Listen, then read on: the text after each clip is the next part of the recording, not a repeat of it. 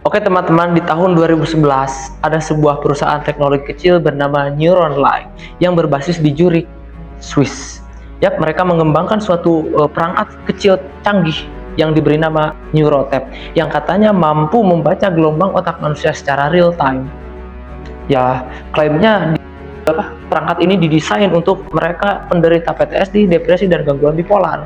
Tetapi apa jadinya kalau perangkat ini digunakan bukan untuk terapi, Pak, akan tetapi untuk kontrol sosial. Makanya saya mohon kepada kalian supaya tidak ada kesalahpahaman, jangan skip video ini, tonton sampai habis.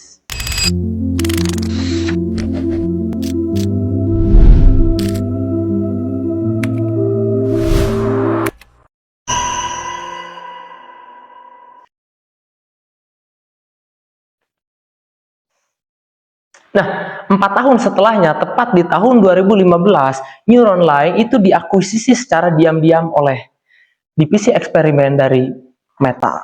Yap, siapa yang tidak tahu Meta? Perusahaan yang menaungi Facebook, Instagram, bahkan WhatsApp. Dan sejak saat itu, namanya tidak muncul kembali di media besar, Pak. Dan sejak saat itu pula, dimulailah sebuah proyek yang mereka sebut sebagai Touch Trace Initiative. Nah, kemudian proyek ini bekerja sama dengan MIT, Stanford, dan Universitas Teknologi asal China, Pak. Mereka memetakan 5 pola utama gelombang otak manusia yang katanya bisa dikaitkan dengan preferensi digital. Artinya, ketika kalian menonton sebuah video yang menyentuh, ketika kalian menonton sebuah video yang sensasional, maka algoritma tahu bahwa Anda sedang emosional. Atau ketika Anda mengklik sebuah artikel konspirasi, maka sistem akan memberi label privilege bahwa Anda adalah orang yang sangat dipengaruhi secara ideologis.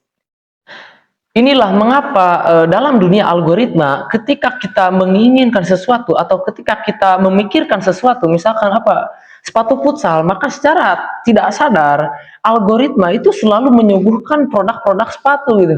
Dan saya yakin sebagian dari kalian pasti pernah mengalami atau merasakan hal yang sama.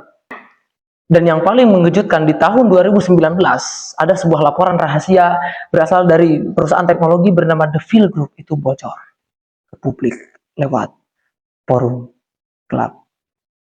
Dan kalian tahu isinya apa? Yap, isinya mengatakan bahwa 68% perilaku digital masyarakat Indonesia sangat rapuh dan mudah dibaca dan mudah diprediksi dengan tingkat kemudahan mencapai 87%. Dari mana angka ini berasal? Yap, dari eksperimen lewat konten media sosial. Inilah mengapa dalam laporan tersebut, konten-konten yang viral di Indonesia, konten-konten yang tren di Indonesia itu bukan konten yang paling benar dan yang paling bermanfaat, Pak. Akan tetapi konten-konten yang sama sekali gak jelas, konten-konten yang gak bermanfaat, bahkan cenderung destruktif. Sebut saja seperti tren-tren velocity, tren-tren statue-statue, dan masih banyak tren-tren goblok lainnya. Dan kalian tahu, yang paling mencengangkan adalah apa? Ya, yang paling mencengangkan bahwa apa yang saya ucapkan tadi dari menit awal sampai barusan itu merupakan sebuah kebohongan yang saya karang sedemikian rupa. Dan gilanya, sebagian dari kalian yang melihat video ini percaya begitu saja. Kenapa kalian bisa percaya? Karena saya menyusun cerita ini persis seperti dongeng sains, Pak. Pakai istilah teknis, nama institut besar, kemudian dibumbui statistik dan alur naratif yang rapi. Dan kemungkinan besar kalian sempat percaya, atau setidaknya merasa terganggu lah. Dan di sini poinnya, storytelling atau public speaking itu alat, Pak. Dia dipakai oleh guru untuk mengajar. Dia dipakai oleh pemimpin untuk membakar semangat. Tapi juga bisa dipakai oleh manipulator, oleh penipu, bahkan politisi. Untuk apa? Untuk memoles kebohongan menjadi terlihat kebenaran. Coba Anda bayangkan jikalau apa yang saya ucapkan tadi itu keluar dari mulut para orang-orang yang memiliki status sosial yang tinggi, ulama misalkan, maka seberapa besar dampak yang dihasilkannya kepada masyarakat, seberapa besar pengaruhnya kepada jamaahnya.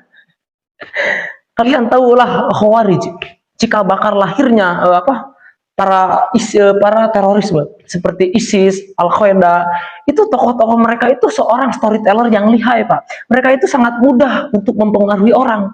Dan kalian semua tahu, pada dasarnya semua motif dari kematian, baik itu genosida, perang lah, itu pada dasarnya bukan karena senjata, Pak, tetapi karena kata-kata. Itulah mengapa Steve Jobs pernah mengatakan bahwa orang yang paling terkuat di muka bumi ini tidak lain tidak bukan adalah storyteller. Yap, hari ini Pak, kita hidup di era di mana orang yang terlihat meyakinkan itu lebih banyak dipercaya daripada orang-orang yang benar-benar memberikan berita fakta. Makanya Bung Peri pernah mengatakan bahwa seorang storyteller itu bisa jadi malaikat yang nyelamatin hidup lo, atau jadi iblis yang bakal ngancurin hidup lo. Terima kasih, semoga bermanfaat. Jangan lupa di video selanjutnya.